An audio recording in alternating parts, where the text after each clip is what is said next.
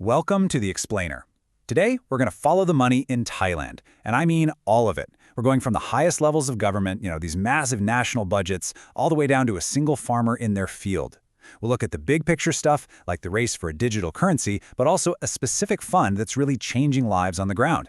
So, where does a nation's money really go? It seems like a simple question, right? But the answer? Well, it's super complex.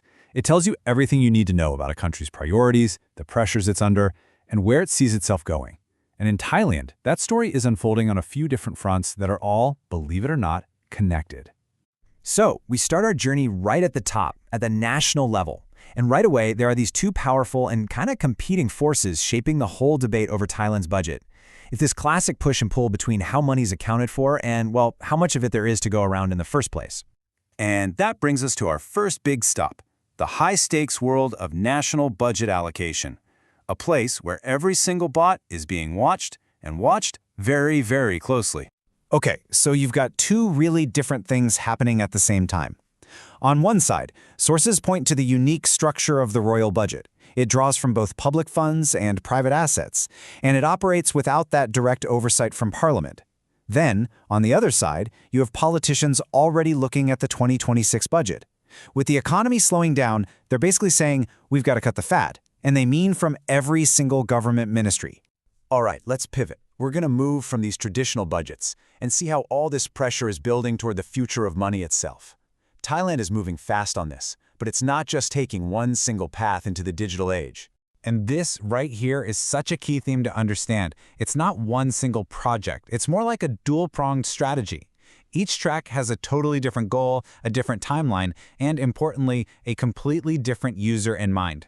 So let's break this down because it's crucial. The government's digital wallet, that's a short-term thing. It's for regular people, distributed through an app, and its main goal is to get the economy moving. But the central bank's project, the CBDC, is a whole different beast. It's a long-term foundational project. Think of it like rebuilding the financial plumbing for banks and huge international deals. So you might be asking, where do the banks fit into all this digital transformation? Well, depending on which one of these projects we're talking about, they play two very different but equally critical roles. And this table makes it super clear how everyone's role is different. For that digital wallet for regular citizens, you've got the state-owned banks, think the Government Savings Bank or the Bank for Agriculture, acting as walk-in help desks.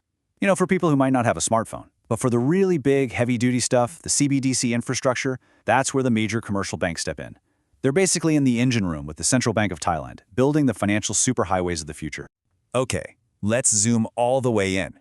We're going from this super abstract world of digital infrastructure and national budgets to something much more grounded, much more tangible, and absolutely vital to the Thai economy, the farm.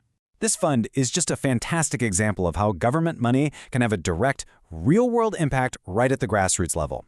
This isn't about stimulating the economy or high finance. No, this is about solving a very basic, physical problem for farmers all across the country. The way the fund works is just so practical and clear. First, it helps reorganize all these small, scattered bits of land into bigger, more efficient blocks. Then, it builds modern irrigation systems that everyone can share. And then, it gets the water delivered right where it needs to go. The last step, though, that's the real game changer. It saves farmers cold, hard cash. And this quote really nails it. The benefit here isn't some abstract idea, it's incredibly direct. It's about saving farmers actual money on things they need every day, like fuel. Think about it, if the water comes right to your plot, you don't need to buy and run an expensive water pump anymore. That's a huge cost just gone. It's a direct cut to their overhead, and that's money that goes straight back into their pockets. So let's just recap for a second. We've gone from these huge debates about national budget transparency to the two different paths Thailand's taking toward a digital currency, all the way down to a fund that literally saves a farmer money on fuel. Each of these streams of money is totally different. Different goals, different structures, which leaves us with the big question, right? As all these financial systems shift and change, who's the one that really benefits the most?